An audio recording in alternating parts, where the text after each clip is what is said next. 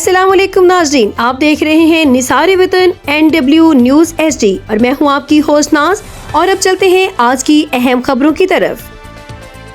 खबर शामिल करते हैं शफीक अहमद मुगल की रिपोर्ट के मुताबिक मरीक कश्मीर और गिलगित बल्तिस्तान में शदीद बर्फबारी के दौरान पाक फौज का रेस्क्यू एंड रिलीफ ऑपरेशन जारी। मुल्क के मुख्तलिफ इलाकों में जारी शदीद बर्फबारी के दौरान पाक फौज आवाम के रिलीफ के लिए पेश शदीद बर्फबारी और दर्जा हरारत मनफी के बावजूद पाक फौज के जवान रेस्क्यू एंड रिलीफ ऑपरेशन के लिए मुतहरिक। पाक फौज के जवान बर्फबारी से बंद शाहराहों और इलाकों में फंसे अफराद को महफूज बनाने के लिए कोशा हैं। फौजी जवान बच्चों, बुजुर्गों और खवातीन को बर्फ में धंसी गाड़ियों से निकालकर महफूज मुकामात तक पहुंचा रहे हैं। बर्फबारी से रेस्क्यू किए गए अफराद को पाक फौज की जानब से खुराक, तिबी इमदाद और गर्म कंबल भी फराहम किए जा रहे हैं। बलाई इलाकों में शदीद बर्फबारी के दौरान पाक फौज की इमदादी कार्रवाइयाँ काबिले तहसीन ही नहीं बल्कि बायसे फख्र है।